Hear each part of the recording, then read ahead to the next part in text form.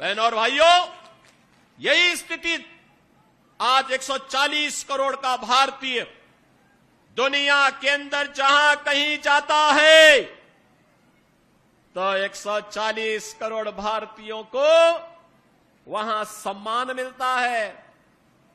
लोगों के मन में भारत के प्रति सम्मान का भाव पैदा हुआ है। ये भी मोदी जी के कारण। बहनों और भाइयों, सीमाएं सुरक्षित हुई हैं। आज आप देखते होंगे, अगर कहीं कोई सिलेंडर किसी दुर्घटना से फट जाए ना, तो पाकिस्तान सफाई देता है कि नहीं नहीं, हमारा कोई हाथ नहीं है इसमें, क्योंकि उसे मालूम है कि कहीं ऐसा न हो कि कहीं किसी आतंकी गतिविधियों में लिप्त पाकिस्तान परस्त तत्व का हाथ हो और फिर एयर स्ट्राइक में देने के लेने पड़ जाए पाकिस्तान को।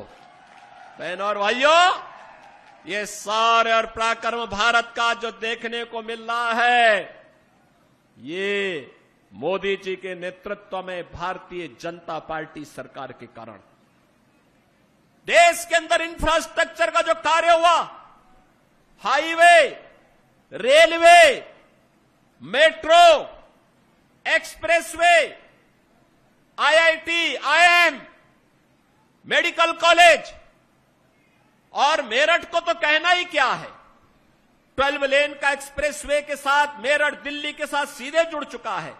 मेरठ के लोग अब दिल्ली में नहीं रहना चाहते, बल्कि दिल्ली के लोग अपने लिए रहने के लिए मेरठ में आवास बनाना चाहते हैं, सरधना में और मुजफ्फरनगर में रहना चाहते हैं। बहनों और भाइयों, यही स्थिति आज 140 करोड़ का भारतीय दुनिया के अंदर जहां कहीं जाता है तो 140 करोड़ भारतीयों को वहां सम्मान मिलता है। लोगों के मन में भारत के प्रति सम्मान का भाव पैदा हुआ है। ये भी मोदी जी के कारण। बहनों और भाइयों, सीमाएं सुरक्षित हुई हैं।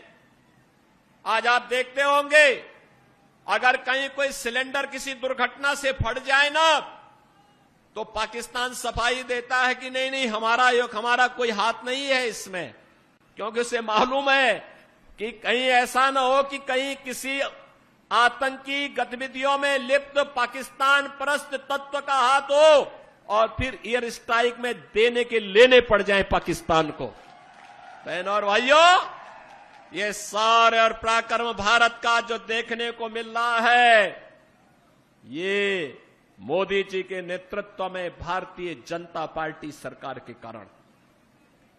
देश के अंदर इंफ्रास्ट्रक्चर का जो कार्य हुआ, highway, railway, metro, expressway, IIT, IIM, medical college, और मेरठ को तो कहना ही क्या है।